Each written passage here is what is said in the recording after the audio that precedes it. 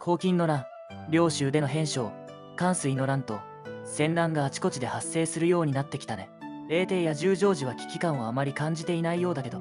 黄金の乱が短期間で鎮圧されたので安心しちゃったのかもしれない。領州以外は平穏だったの？全然そんなことはなかった。すでにこの時漢中では五都米道の長州の反乱が発生していたし、紀州では黄金が平定された後も長牛角、諸円らの反乱が拡大していた。そしてこの後で紹介するけど、揚州や慶州でも反乱が発生する。宮殿を再建するために増税なんてやってる場合じゃないよな。余計反乱が増えちゃうじゃないか。その通りだ。黄金の難の翌年に洛陽の宮殿の多くが消失したのも地味にダメージだったな。古軍五県を代表する名族、陸氏、土地二号を支える陸村、陸公府氏を出すこの陸氏の当主格は、当時学安大使を務める陸公だった。ここまで武領、慶陽、学安三軍の大使を務め、至る所で称賛される名大使であった。府君、朝廷から御事乗りが下り、民衆の耕作地に応じて増税を命じるとのこと。聞いているよ。洛陽の宮殿を再建し、ついでに銅像や金を鋳造したいらしい。これは古の亡国の君主がやったことと全く変わっていない。こんなことを天下に対して行っていればどんな結果を招くか明らかではないか。これは人心として諌めないわけにはいかない。陛下、学安大使から上奏が参っております。どれどれ。古の王は世を治めるにあたり、民を愛することを重要視していたとか。役務を省き税金を減らせば天下は安定し、煩雑な行政を取り除けば人民は基準します。アッセの水主は、社史を極め、際限なく土木工事を行い、民衆をこき使い、私欲を満たそうとすることで、連鎖が湧き起こります。春秋時代、呉の先行が耕作地に税を付加すると、その年の冬には大量の虫害が発生し、呉の愛好が税率を増加すると、孔子は彼を批判しました。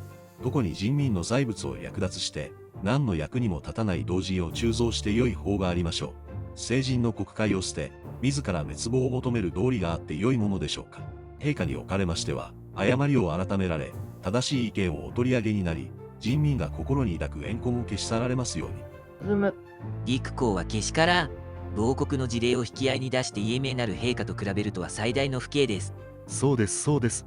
今すぐ奴を逮捕し、帝位の獄に押し込めてやりましょう。分かった。御事乗りにより大主陸公を帝位の獄に下す。さあ感謝に乗れ。なんだと、この世は闇か。こうして陸公は学安大使の職を解かれ、洛陽の帝位の獄に下された。この事件の審理の担当を任されたのは義魚師の龍太。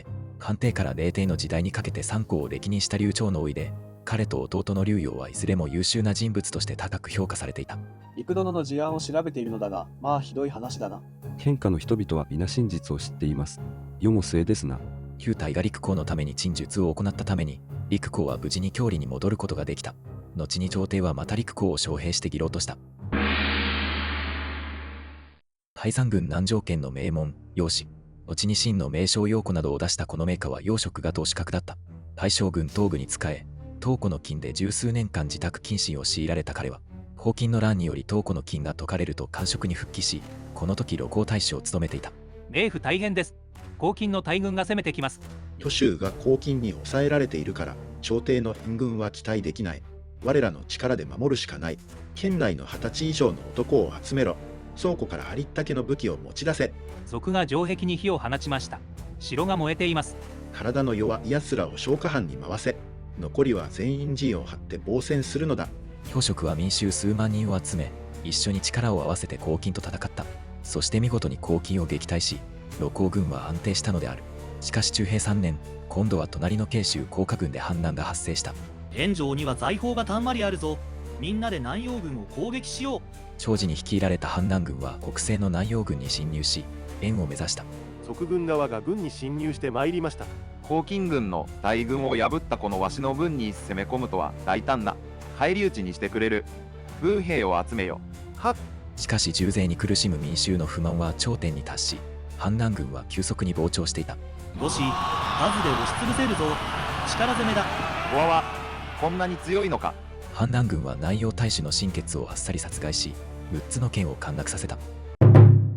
朝廷では南陽軍の危機を受けて対策会議が開かれた。県が陥落するようなことがあれば南方全体が危うくなる。誰か民心を得ていて、軍事指揮も行える人物を後任の大使に据えねばならんな。南陽軍は高貴な軍ですから、それ相応の肩を据えなければなりませんが。それでは露光大使の楊光祖殿はいかがでしょうか。公金を防いだ実績もあります。確かに、適任かもしれぬ。楊殿を推薦するとしましょうか。こうして楊職が南陽大使に任命され、戦乱の中を着任することになった。ここが南陽軍の境です。そうか。よし、お前たちはここで帰ってよいぞ。車もいらぬ。天井はまだはるか先ですぞ。主君はここで車を降りてどうされるというのですか。わしは南陽軍のことを知らない。役人どもに聞いても実情がわかるとは限らぬ。庶民の格好をして民衆から南陽の状況を情報収集しつつ園に向かうのだ。こうして彼は童子一人だけを従え、県有を巡察し、民情民風を観察し、民謡で歌われている内容を収集した。彼が着任した時、すでに各地の県令、県庁が貪欲か連結か、下役人が巡領か狡猾かが全て頭の中に入っていた。軍内は聞いて驚き、恐れない人はいなかったという。獅子殿、賊軍の統制は乱れてきているようだ。今攻撃すれば勝てるぞ。そうですな。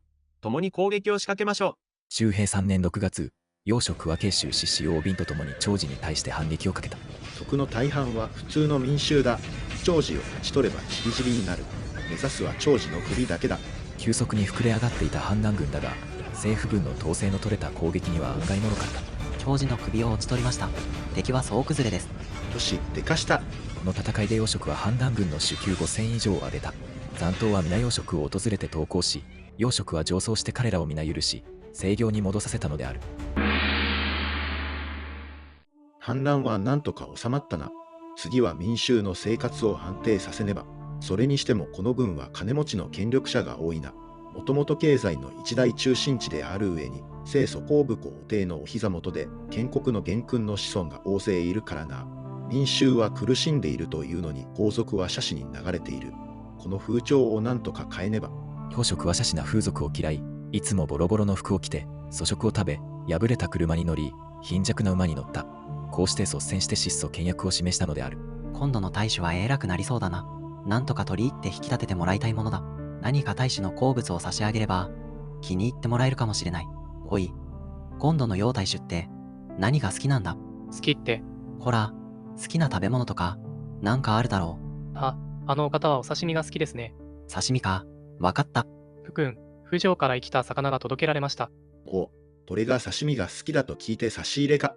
しかしこれを受け入れると、他の者も競ってわしに付け届けをするようになり、悪しき風潮を助長してしまう。さりとてこれを拒絶すると、この者のメンツを潰してしまうからな。どうしたものか。わかった。ではありがたくいただくとしよう。礼を申しておいてくれ。おお、受け取っていただいた。よかった。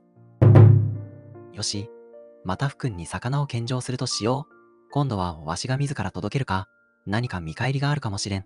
くん、また素晴らしい魚が手に入りましたので、お持ちしました。ポキニメスでしょうか。おお、それはありがたいのですが、ちょっとこちらの庭までお越しください。どうされました？これ前にいただいたお魚もまだいただいておりません。次の魚をいただくには及びませんよ。おお、これは？彼は楊職の心の中を悟った。そして自らの行いを恥ずかしく思った。楊職がもらった魚を庭にかけていたという話は軍中に広がり、同じように楊職に取り入ろうと考えていた豪族たちも、皆考えを改めるに至ったのである。丹那和露光からそのまま南陽に行ってしまって、しばらく帰ってきそうにないね。県は大都会だし、物見湯さんついでに会いに行ってみようかしら。大使の妻だから私もいい服ぐらいもらって帰れるでしょう。お父様に会いに行くわよ。はい、母上。福君、大山から福君の奥方とご霊息がお越しになりました。門を閉じて中に入れてはならぬ。せっかく縁のはるばるお越しになったのに、それはあまりにもひどいのではないですか。わしはこの地に民を治めるために来ているのだ。民から集めた税金で自分の家族にいい思いをさせるなどというわけにはいかない。では本当にお会いにならないのですか。そうだ、そのまま追い返せ。ひどいじゃない。せっかく遠くから会いに来たのに。ちょっとお前が一人で父上に挨拶をしてきなさい。わかりました。ついでに私へのお土産もねだってくるのよ。それ必要ですか。父上、お久しぶりにございます。で、ここが父上のお住まいなのですか。そうだ。何もないじゃないですか。布団、ボンボロの服、塩と無に、こんな生活をされているのですか。民の暮らしを考えれば、これでも十分な方だろ。はあ。どうせお前は母親に土産でも頼んでこいと言われているんだろう。悪いがわしが持っているものはこれだけだ。お前の母親にやれるものなどない。そう言っておけ。こうして養殖は自分の妻子を故郷に送り返した。これによって清廉の評判はますます高まったのである。表皮は30数年後、李の文帝の時代に慶長大使を務めたが、きっとかつて南洋軍で父の感謝を訪問した時の記憶を忘れることはなかっただろう。赤丸です。西方の領州だけでなく、南洋軍のような中伝の主要地域も反乱に見舞われる中、今回登場した陸公、養殖、不将、孫権、劉泰、劉陽らはいずれも迷信と言って良い人物で、彼らの尽力により、なんとか天下はかろうじて安定を保っていました。